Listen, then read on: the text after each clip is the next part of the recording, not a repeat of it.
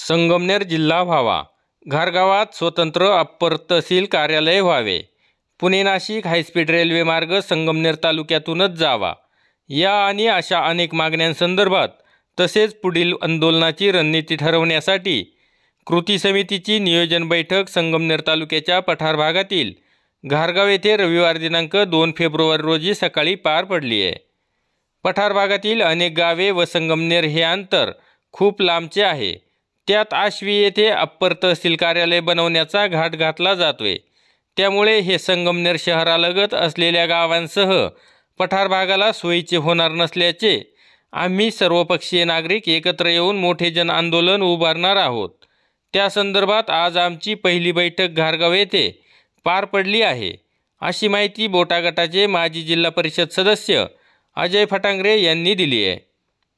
सध्या तालुक्यामध्ये गाजत असलेला विषय अप्पर तहसील कार्यालया संदर्भात आम्ही आज सर्व पठार भागातील सर्व सरपंच, सर्व गावातील ज्येष्ठ अधिकारी आणि सर्वजण आम्ही आज इथे घारगाव इथे जमलो होतो। तर आज आम्ही भविष्यामध्ये घारगावमध्ये अप्पर तहसील कार्यालय झालं पाहिजे याच्यासाठी आम्ही एकत्र आलो होतो आणि त्याची दिशा ठरवण्यासाठी आणि भविष्यामध्ये अप्पर तहसील कार्यालय घारगावला कसं होईल याच्यासाठी प्रशासनाला निवेदन देणं असेल, त्याचप्रमाणे अजून काय काय आपल्याला पुढे भविष्यात करता येईल, आंदोलन करता येईल, आंदोलनाच्या दृष्टीने आम्ही आज घारगावला असलो होतो। त्या दृष्टीने आज आंबीचे सरपंच बाळासाहेब, घारगावचे सरपंच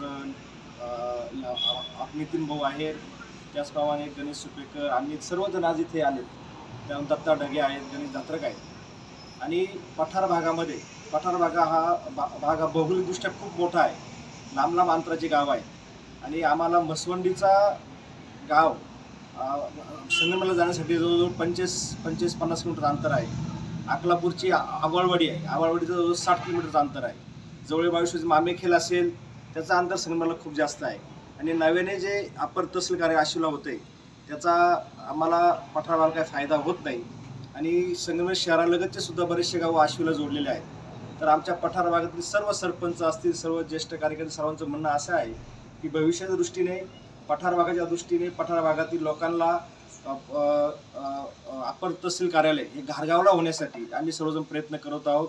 त्या दृष्टीने भविष्यातलं आंदोलन कसं ठरवायचं, आंदोलन कसं करायचं या दृष्टीने आम्ही इथं जमलो होतो। अप्पर तहसील कार्यालयाचा मुद्दा आहेच, त्याचप्रमाणे आपलं संगमनेर मार्गे Nashik Pune G semi high speed railway होती तिचा सुद्धा सर्वे हा पहिला संगमनेर, आळेफाटा, नारायणगाव, मंचर, पुणे इकडं सिग्नल असा झालेला होता, पण आम्ही आता पेपरमध्ये वाचतोय किंवा बऱ्याच ठिकाणी वाचतोय की त्याचा सुद्धा मार्ग बदललेला आहे।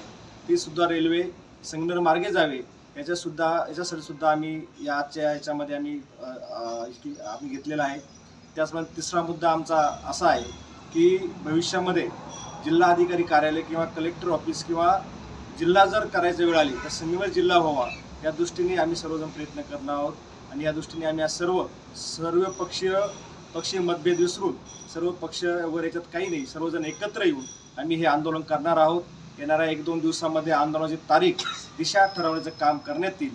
ग्रामपंचायतीमध्ये आता ठराव गोळा करण्याचं काम सर्वजण करतायत। या दृष्टीने आज आमची पहिली बैठक पार पडलेली आहे आणि माझी पठार भागातील सर्व लोकांना विनंती की आपण सर्वांनी मतभेद विसरून पठार भागाच्या विकासासाठी, पठार भागाच्या न्यायासाठी आपण सर्वांनी एकत्र आलं पाहिजे। या दृष्टीने आपण सर्वजण प्रयत्न करणार आहोत। आपण सर्वजण याच्यामध्ये सहभागी व्हावे असं मी आपल्या सर्वांना मनापासून विनंती करतो। थांबतो। जय हिंद, जय महाराष्ट्र। लोकांसाठी प्रशासन असते, प्रशासनासाठी लोक नसतात, म्हणून प्रशासकीय सोयीसाठी अप्पर तहसील कार्यालय करायचं असेल तर ते घारगावातच करावं, त्यातून लोकांची सोय होणार आहे व या मागणीसाठी आमचा चन्नापुरी घाटाखालील गावांचाही पाठिंबा आहे व तसे ठरावही आमच्या ग्रामपंचायतींनी केले आहे, असे यावेळी खांडगाव गावचे दत्ता ढगे म्हणाले।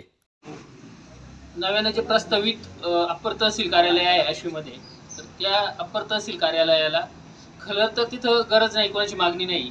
आमची जी गावं आहेत जी संगमनेर शहरालगत आहेत, उलट आमचा कडाडून विरोध आहे त्याला।